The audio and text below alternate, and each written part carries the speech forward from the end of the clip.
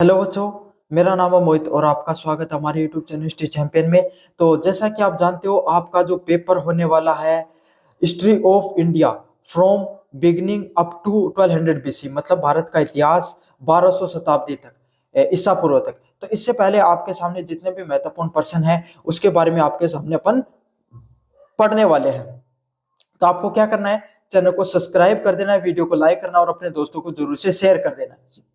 जो ये पीडीएफ पढ़ा रहा हूँ ये आपको हमारे जो टेलीग्राम चैनल है, जो आपको टेलीग्राम चैनल है उसका लिंक डिस्क्रिप्शन में मिल जाएगा, आपको वहां पर देखने को मिल जाएगी। और अन्य वीडियो है उसका लिंक डिस्क्रिप्शन में, प्ले लिस्ट का लिंक दे रहा हूँ आपके सामने नीचे की तरफ, वहां पे आपके सामने प्ले लिस्ट और टेलीग्राम दोनों का लिंक मिल जाएगा, वहां से जाकर अन्य वीडियो देख सकते हो प्ले लिस्ट के लिंक पे क्लिक करके।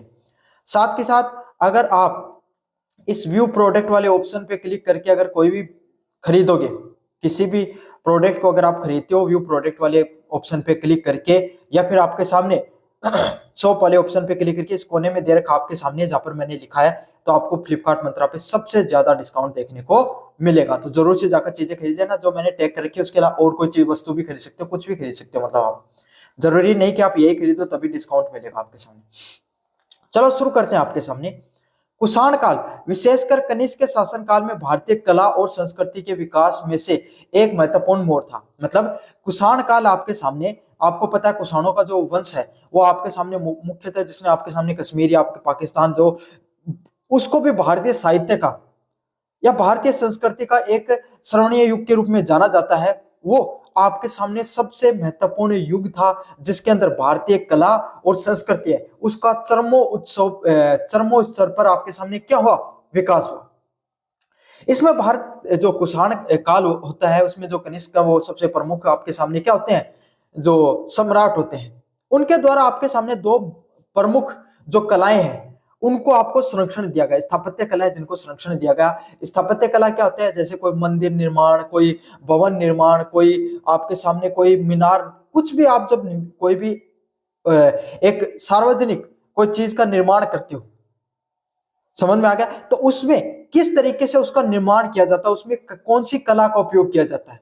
तो उसमें दो प्रमुख शैलियां आती हैं आपके सामने, गंधार कला जो रोमन ग्रीक व रोमन शैली है उसको गंधार कला के नाम से जाना जाता है, और भारतीय हमारी स्वदेशी कला थी जिससे आपके सामने जो पुराने प्राचीन या मीनारों का जो निर्माण किया जाता था वो कौन सी थी, मथुरा कला थी। दोनों की दोनों कला को, मतलब विदेशी कला को और हमारी भारतीय स्वदेशी कला को, दोनों को संरक्षित किया गया। यहाँ पर दोनों के दोनों कलाएं हैं उनका आपके सामने विकास देखने को मिला। कुषाण ने इन शैलियों को संरक्षण देकर भारतीय मूर्ति कला को नई दिशा दी। मतलब जो आपके सामने कुषाण है इन्होंने क्या किया, इनकी जो जो ये शैलियां हैं इन सभी शैलियों को संरक्षण देकर क्या किया, भारतीय मूर्ति कला है इसको एक नई दिशा और दशा देने का इन्होंने कार्य किया। अब दोनों के दोनों जो कलाएं हैं इसके बारे में अपन विस्तार से पढ़ेंगे कि भाई दोनों कलाएं कौन सी है। पहले वाला पॉइंट है इसके अंदर आपके सामने गंधार और मथुरा कला की विशेषताओं की तुलना कीजिए। मतलब गंधार और मथुरा कला है, दोनों के बारे में आप विशेषताओं को पढ़ोगे तो दोनों के बारे में विस्तार से आप पढ़ भी लोगे। समझ में आ गया आपके सामने। तो ये नहीं समझना है कि ये विशेषताएं बता रहा हूं, इसमें आपके सामने परिभाषा भी हो जाएगी, इसमें आपके सामने इसके प्रमुख पॉइंट भी हो जाएंगे। अगर पर्टिकुलर गंधार व मथुरा कला से प्रश्न आता है तो यहां से आप आराम से कर सकते हो इसको। समझ में आ गया आपको आपके सामने अच्छे से। क्षेत्र की बात करें गंधार व मथुरा कला कहां पर देखने को मिलती थी, तो उत्तर पश्चिमी भारत में आपके सामने, मतलब आपका जो उत्तरी भारत है और उसका पश्चिमी क्षेत्र है जैसे आधुनिक पाकिस्तान, अफगानिस्तान, और गंदावर वाले क्षेत्र में जैसे पेशावर, तक्षशिला व बामियान जो क्षेत्र हुआ करता था वहां पर मुख्यतः आपके सामने क्या देखने को मिलती थी, गंधार कला देखने को मिलती थी। भाई हमारी खुद की कला नहीं है, विदेशी कला है जो बाहरी मुस्लिम आक्रांता या फिर अन्य जो लोग है ग्रीक रोमन कला है उनके द्वारा इस कला को यहाँ पर निर्माण, जो भवन निर्माण में यूज किया गया या फिर मंदिरों के निर्माण में इसको यूज किया गया। तो ये प्रमुखता आपके सामने उत्तर भारत में सबसे ज्यादा क्या रही, पॉपुलर रही, और खास करके पाकिस्तान, अफगानिस्तान और आपके सामने वो वाला क्षेत्र है, उस क्षेत्र में आज के समय वर्तमान पाकिस्तान और अफगानिस्तान वाला क्षेत्र, उसके अंदर ये मुख्यतः फेमस होती है, जिसमें जो गंधार क्षेत्र है उसमें इस कला को उत्पत्ति मानी जाती है, इसलिए इसका नाम क्या रख दिया गया, गंधार कला के नाम से रख दिया गया। समझ में आ गया। अब उत्पत्ति की बात करें, मथुरा कला कहां से उत्पत्ति जो उसकी उत्पत्ति कहां से देखने को मिलती है, उत्तर भारत में आपके सामने मथुरा के अंदर कौशाम्बी और सारनाथ जगह है, मतलब उत्तर भारत के अंदर आपके सामने मथुरा और कौशाम्बी जो नामक जगह है सारनाथ के अंदर, वहां पे मथुरा कला क्या है आपके सामने, मथुरा कला है उसका उद्भव देखने को मिलता है। अगर अपन बात करें इसके प्रमुख अन्य केंद्रों की, तो इसके मथुरा है वो इसका सबसे प्रमुख केंद्रों में से एक केंद्र हुआ करता था। कौन सा इसका सबसे महत्वपूर्ण प्रमुख केंद्र, मथुरा है वो इसका सबसे प्रमुख केंद्र हुआ करता है। जैसा कि नाम है, जहां से आपके सामने क्या उत्पत्ति हुई वहीं से इसका नाम रख दिया गया मथुरा कला। और जैसा कि आपको नाम पता चलता है, जो मथुरा है आपके सामने वो यूपी में पड़ता है, तो उसके आसपास का जो क्षेत्र है मथुरा कौशाम्बी सारनाथ वाला क्षेत्र है, यूपी बिहार आपके सामने मुख्यतः उत्तर भारत का कश्मीर हिमाचल जैसे क्षेत्र में इसका व्यापक रूप से, राजस्थान हो गया मध्य प्रदेश हो गया, इसमें इसका मुख्य रूप से प्रभाव देखने को मिलता है। प्रेरणा की बात करें, कहां से आपके सामने जो गंधार कला उसकी प्रेरणा ली गई, कहां से ली गई, ग्रीक व रोमन शैली से, ग्रीक और रोमन प्रभाव इसमें देखने को मिलता है आपके सामने मुख्यतः।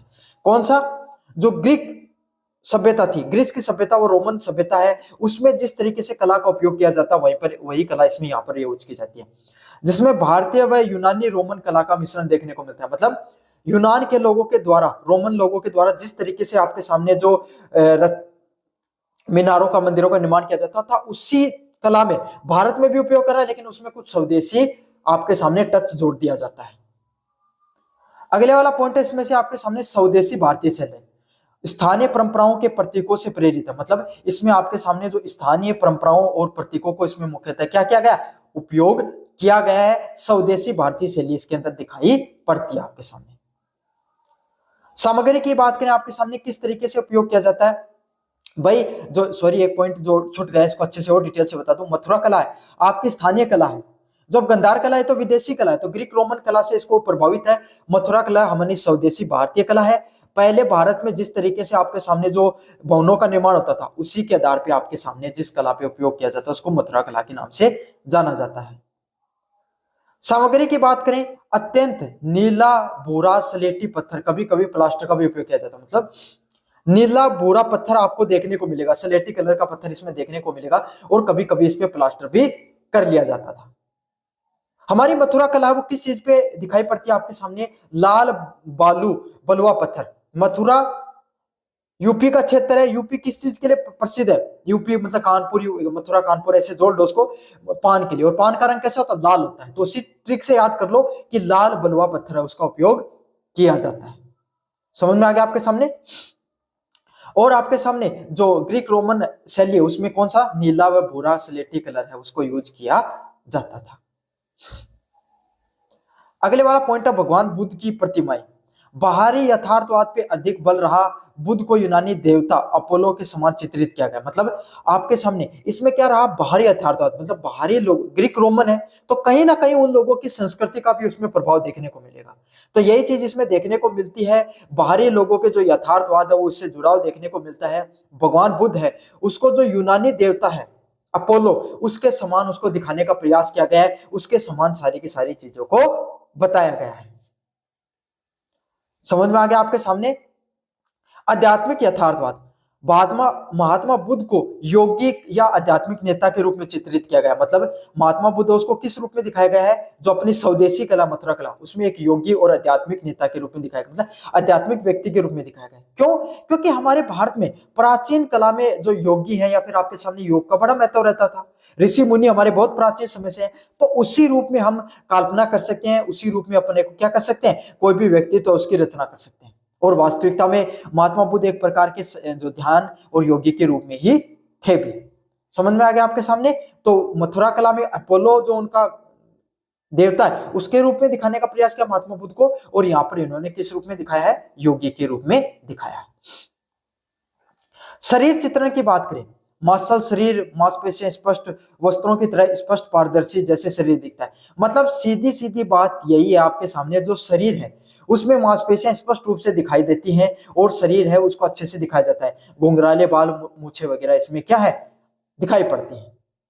जबकि अगर अपन स्वदेशी कला की बात करें, इसमें आपके सामने महात्मा बुद्ध है उसका शरीर गठिला ऊर्जावान के रूप में दिखाई, मतलब जैसे एक योगी होता है, एक ऋषि मुनि होता है, उसके शरीर की ऊर्जा आपके सामने करीब जाते महसूस होती है। तो उसी तरीके से आपके सामने जो महात्मा बुद्ध है उसको दर्शाया गया है। उनके वस्त्र उनके चिपके हुए हैं, बाएं कंधे पर सिर थोड़ा मुड़ा हुआ रहता है और बाल, छोटे बाल व मूछें नहीं दिखाई पड़ती है, मतलब शेविंग की हुई में मथुरा कला के अंदर। भाव अभिव्यक्ति की बात करें, मानवीय भाव शारीरिक सौंदर्य व इंद्रियों पर केंद्रित है, मतलब ज्यादातर चीजें देखें तो जो अपनी जो ग्रीक रोमन शैली है, समझ में आ गया आपके सामने, जो ये गंधार कला है, ये किस चीज पे फोकस करती है, कोई भी इंसान है उसको कितना आकर्षक दिखाया जा सकता है, कितना बेहतर दिखाया जा सकता है। तो यही चीज उन्होंने महात्मा बुद्ध को दिखाने में भी की है। उनकी मानवीय भाव, उनके शरीर सौंदर्य और उनकी इंद्रियों पर मुख्यतः क्या क्या गया, फोकस किया गया। अगर वहीं पर आपके सामने मथुरा कला की बात करें, इसमें एक योगी के रूप में उनको दिखाने का प्रयास किया है, तो वहां पर क्या दिखाया गया, अध्यात्म की शक्ति को दिखाने का प्रयास किया है, उनको ऊर्जावान दिखाने का प्रयास किया है, उनकी आंतरिक आनंद और उनकी भारतीय जो सौंदर्य बोध है उसको दिखाने का इसमें प्रयास किया गया है। मतलब इंसान के अंदर की जो जितना जैसे इंसान ध्यान करता चला जाता है उसके अंदर की ऊर्जा बढ़ती चली जाती है, तो यही सब चीजें उसमें दिखाने का प्रयास किया गया है। साथ ही साथ भारतीय जो सौंदर्य बोध है इसको दिखाने का प्रयास किया गया है इसमें। समझ में आ गया आपके सामने। तो अध्यात्म को मुख्यतः जो अपनी स्वदेशी है जो कला उसमें दिखाया गया है।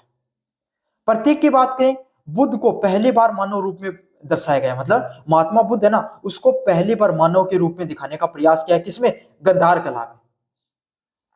और आपके सामने अगर जो ये अगली कला है, कौन सी वाली, जो मथुरा कला है, इसमें महात्मा बुद्ध की प्रारंभिक मूर्तियों में यक्ष व यक्षिणी के समान विशालकाय, मतलब बहुत बड़ी बड़ी मूर्तियां हैं उसमें आपके सामने दिखाई पड़ते हैं। और इसमें क्या है, इसमें मानव रूप में दिखाया गया, यहाँ पे यक्ष व यक्षिणी के रूप में, मतलब सीधी सीधी बात है, ऋषि मुनि के रूप में उनको दिखाया गया मथुरा कला में, और यहाँ पर मानव कला में, गंधार कला में ज्यादा फोकस किया गया।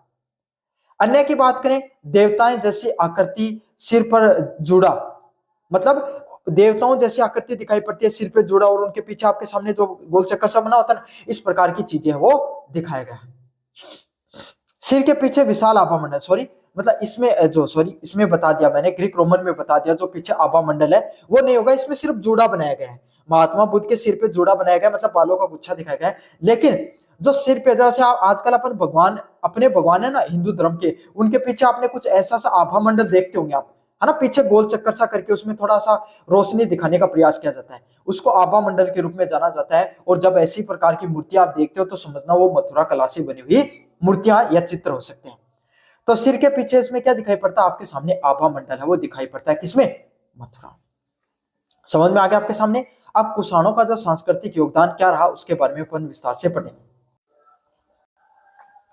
कुषाणों का सांस्कृतिक योगदान मुख्य रूप से बौद्ध धर्म के विकास व कलात्मक शैलियों के संरक्षण के रूप में देखा जा सकता है। मतलब जो कुषाण है वंश हुआ, उसने क्या क्या, आपको पता है भाई, कनिष्क उसमें प्रमुख आपके सामने सम्राट रहे, और उनके द्वारा चौथी बौद्ध संगति है उसका क्या क्या कराया गया था, आपके सामने आयोजन करवाया गया था। ना सिर्फ उन्होंने चौथी बौद्ध संगति जो उसका आयोजन करवाया, बल्कि आपके सामने जो सिल्क रूट है उस पर उनका नियंत्रण था, तो इसीलिए उससे इन्होंने मध्य एशिया व आपके सामने उत्तरी एशिया के अंदर आपके सामने क्या क्या, उन्होंने जो बौद्ध धर्म है उसका प्रचार प्रसार करने का भी कार्य किया। क्या पॉइंट है, बौद्ध धर्म के संरक्षण व प्रसार, महायान बौद्ध धर्म है उसके ये मुख्य संरक्षक माने जाते हैं। जैसे चौथी बौद्ध संगति होती है, इसके अंदर जो धर्म है, बौद्ध धर्म है, वो दो भागों में बढ़ जाता है, महायान व हीनयान। हीनयान वो होता है जिसके अंदर महात्मा बुद्ध के बताए गए उपदेशों पे वो लोग चलते हैं, उनको ईश्वर के रूप में नहीं मानकर एक ऋषि मुनि के रूप में मानते हैं, और उनको देवता मानकर पूजा नहीं की जाती, उनकी मूर्ति पूजा नहीं की जाती, उनको देवता मानकर नहीं पूजा की जाती है, उनको हीनयान के रूप में जाना जाता है। फिर अगले वाले महायान, महायान वाले भगवान बुद्ध के उपदेशों को भी मानते हैं, उनको ईश्वर भी मानते हैं, और उनकी मूर्ति पूजा करने का भी कार्य करते हैं। समझ में आ गया आपके सामने। कनिष्क संरक्षण में चौथी बौद्ध संगति हुई, जिसमें महायान बौद्ध धर्म की वैधता प्रदान हुई, जिसमें क्या हुई, महायान का जो बौद्ध धर्म है, मतलब जो बौद्ध धर्म उसको दो भागों में बांट दिया, उसमें महायान जो भगवान बुद्ध को आपके सामने किसके रूप में मानते थे, ईश्वर के रूप में मानते थे, उसकी वैधता प्राप्त होती है। इन्होंने बुद्ध को देवता मानकर उनकी पूजा शुरू की, जिससे आम लोगों के लिए बौद्ध धर्म है वो अधिक सुलभ हो गया, जिससे क्या आपके सामने बौद्ध धर्म है वो और लोग आपके सामने ज्यादा से ज्यादा मानने लगे। क्यों, जो हिंदू धर्म के ज्यादा वही लोग थे जो जिनको देवताओं की पूजा करने के आपके सामने क्या, जो उनके पूर्वजों से जो गति चली आ रही थी, उन्हीं सब चीजों से लोग प्रभावित हुए और उन्होंने भी क्या किया, आपके सामने देवता मानकर पूजना शुरू कर दिया। और इससे क्या हुआ, महात्मा बुद्ध है और ये बौद्ध धर्म है वो आपके सामने और अधिक सुलभ और सरल हो गया। अंतरराष्ट्रीय प्रसार, कुषाणों ने रेशम मार्ग के माध्यम से बौद्ध धर्म के को मध्यम एशिया व चीन तक पहुंचाया, जिससे एक विश्व धर्म के रूप में बन गया। मतलब कुषाणों ने क्या किया, रेशम मार्ग जो सिल्क रूट पर इनका कंट्रोल हो गया, तो इसके माध्यम से इन्होंने क्या किया, बौद्ध जो धर्म है उसको एशिया में फैलाया और जो मध्य एशिया में और चीन में फैलाने का कार्य किया। ईरान, इराक, इंडोनेशिया, आपके सामने थाईलैंड और आपके सामने चाइना जैसे देशों में आपके सामने बौद्ध धर्म आपके सामने जो मुख्यतः आज देखने को मिलता है, बौद्ध सबसे ज्यादा यहाँ पर देखने को मिलते हैं। वो कैसे देखने को मिलते हैं, क्यों देखने को मिलते हैं, क्योंकि वहां पर वो किनके द्वारा फैलाए गए हैं, कनिष्क का उसमें सबसे ज्यादा महत्वपूर्ण योगदान है। और आज के समय ये जो बौद्ध धर्म है वो सिर्फ कुछ लोगों तक नहीं सिमटा, बल्कि एक विश्व धर्म के रूप में प्रचार और प्रसारित होता चला गया। अगला है स्तूप और विहार। कनिष्क ने पुरुषपुर और विशाल स्तूप और विहार बनाए जो बौद्ध धर्म और शिक्षा की आराधना के केंद्र बने।